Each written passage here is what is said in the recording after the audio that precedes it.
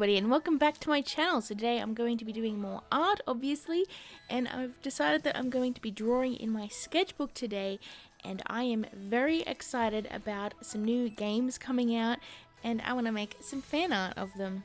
So the games that I'm talking about are Pokémon Scarlet and Pokémon Violet, and it would not be right if I didn't make some fan art for these games, because Pokemon is like my bread and butter. It's what I always love to draw, and it's what I've drawn quite a lot in the past too.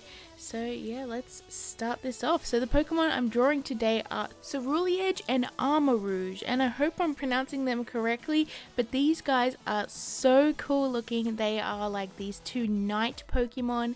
I believe one of them is a fire ghost type and the other one is a fire psychic type, and I just think that it is so cool that we have like these fire night Pokemon. And it's very interesting that they didn't pick steel, because usually with night Pokemon they have like metal armor, so they normally go with steel type, but I think that they are very cool with mixing it up today.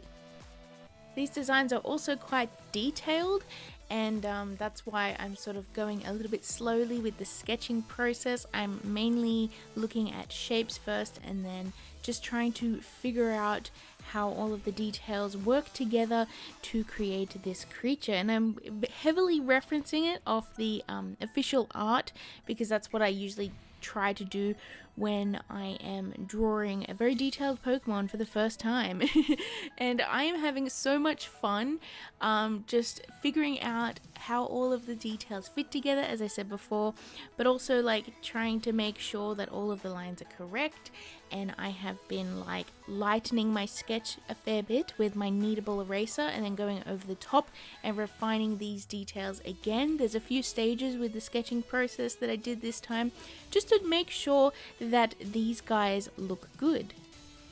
I feel that they are starting to come together very nicely. As you can see, we are nearing the end of this sketching process, and the final, more refined sketch looks pretty cool.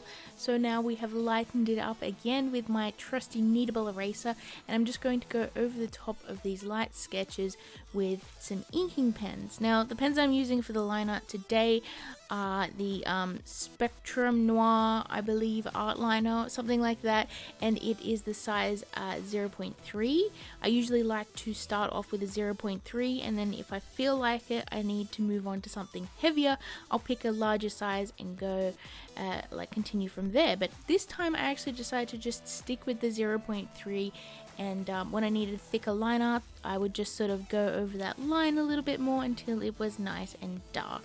And honestly, I had a lot of fun lining these guys. I tried to make sure some of the lines were very fine and broken, especially on the ghost type, because it has like these sort of wispy ghosty parts and also the flamey parts on its head, and I wanted to make them look nice and light because it would give a cool effect. But I also made sure to add lots of pointy edges and thicker parts here and there to try and draw your eye to certain details, like the armor on the face and stuff like that. When the line art was probably around 90% done, I went over with an eraser and I just tried my best to erase all of the sketch to make it nice and clean looking, and I think I did pretty good there. And now I'm just going over and adding in some hatching in some areas that are in shadow, because I just really like the look of that, and just fixing little details here and there until it is ready for the coloring stage. Now, this is my favorite part of making a marker illustration, obviously using the markers. All of the scary parts are over and done with now. The sketch is all nice and refined, and we have that line art which looks nice and crisp, which is honestly the kind of scariest part, because like inking lines are permanent and like you can mess up accidentally, but we didn't do that, and now we are going in with the colors. Now I'm starting off with Ceruledge here, which is the purpley blue one, and it is the ghost type, and I just think it looks so cool, and I love the gradient on the sort of sword hands that he has. And yeah, I'm just adding in colors, going from light to dark as much as I can. And I've added like a little gradient, as you can see, on the sword hands. And I believe I used like a mallow for the sort of more pinky purpley parts, and then I went to like a mauve shadow for the more bluey purple parts. For the colors of the body, I'm using a mix of blueberry as well as a deep violet, and also a bit of mallow as well to brighten up some of the areas that I feel like needed a little bit more of a pinky purple in there.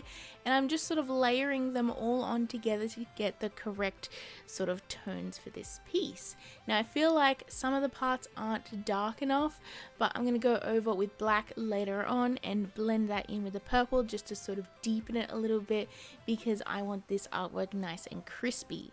Now I'm going over with a dark blue color. It is called Night Blue, I believe. It's kind of fitting, honestly. And after that, I decided to add a little bit more of a purpley blue over the top to try and soften that a little bit, because I feel like it was a little bit too much of a greenish blue color. But overall, I think it worked out pretty well. Now the swords have sort of a darker edge on them, and I decided to go over that with slightly darker versions of the colors that I used for the gradient of the sword hands, and that added a nice little crispy edge on there. And now after that, I'm going in and just filling in all of the shadows and all of the darker colors on this guy, and honestly it was so fun to draw him. And yeah, I'm really enjoying it. Now it's not completely done yet. We still need to add the black, and that's going to add a nice sort of crisp like contrast to it and add in those deep shadows and give it that sort of dark look that it has. I swear he looks so badass standing there with his little sword hands and his little flamey ponytail on his helmet. I just think it is such a cool Pokemon, and the colors are very interesting too. I'm very curious to see what like shiny Pokemon color palette it's going to have, because if you're not aware, with Pokemon you can get these super rare basically like shiny Pokemon that have a completely different color palette, and there's no difference to the strength or anything of that like that Pokemon. It's just like a different color, and I just think that it is so cool that it's like a rare kind of thing. But anyways, we're getting off topic here. Now we're going to be moving on to Armarouge or Armarouge. I'm not sure how to pronounce it, but I think it is a super cool one. It's more buff looking than the other one. The other one looks more like quick and athletic and sharp, and the fire type, well not the fire type, but the yellow and orange one just looks more buff. He looks more like a tank. He looks more like he would punch instead of cut. As you can see, he's got his fists there, and yeah, I really like the difference in design. However, they still look like they fit together, and they look like a set, but they are like different but the same. I love it. So now we have the base colors mostly done here. I'm going to go over and I want to add in some highlights using my pencils. I just feel like I can get a little bit more of that detail back after the coloring stage. I'm just going to add in little details like the wispy, like almost like smoke that comes out of their eyes. It's so cool. And also a lot of highlights to sort of emphasize that crisp armor, the pointy sharpness of it, which I really love. And I really love the way that it looks when you add in highlights over the top of colors.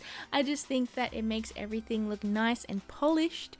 And you got to be very careful though, because you can go a little bit overboard with highlights and it can like be a little bit too much. And sometimes I accidentally do that, but I feel like with these guys I didn't. After this, I want to add a nice simple background because they are very detailed. I don't want all of the details to be lost in a background, but I feel like they would still benefit from something behind them. So I decided to have like a color block background where on the left side it would be a nice dark like crimson color, like scarlet I guess.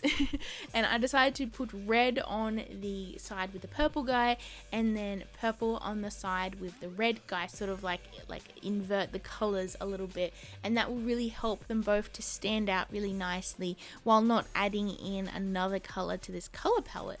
And I just used some masking tape to make sure that it was a nice straight line down the middle, and honestly I love it. I think that it turned out very, very cool. I decided to leave a white outline around the characters because I feel like it would help them stand out, and I just love that look when I do Pokemon art. I do it quite often and I think it's nice and effective, and yeah, it just looks so cool when it's complete. I had so much fun drawing these two guys, and I can't wait to get into doing a lot more Pokemon art. I'm going to be revving it up and doing more Pokemon art in my sketchbook, and probably also like other paintings and stuff too, because I am very excited about the new games Pokemon Scarlet and Violet coming out. This is not a sponsor, obviously. Pokemon wouldn't sponsor me. I'm a tiny little art channel, but I'm just very excited and happy about it. So anyways, here is the final results, and I love this so much. Please let me know in the comments below if you like Pokemon, or if you just watch my art videos because you like them. Honestly, that means so much to me when people say things like that, because yeah, anyways, hope you're having a lovely day. Please stay safe and healthy out there, and I shall see you in my next video. Bye everyone.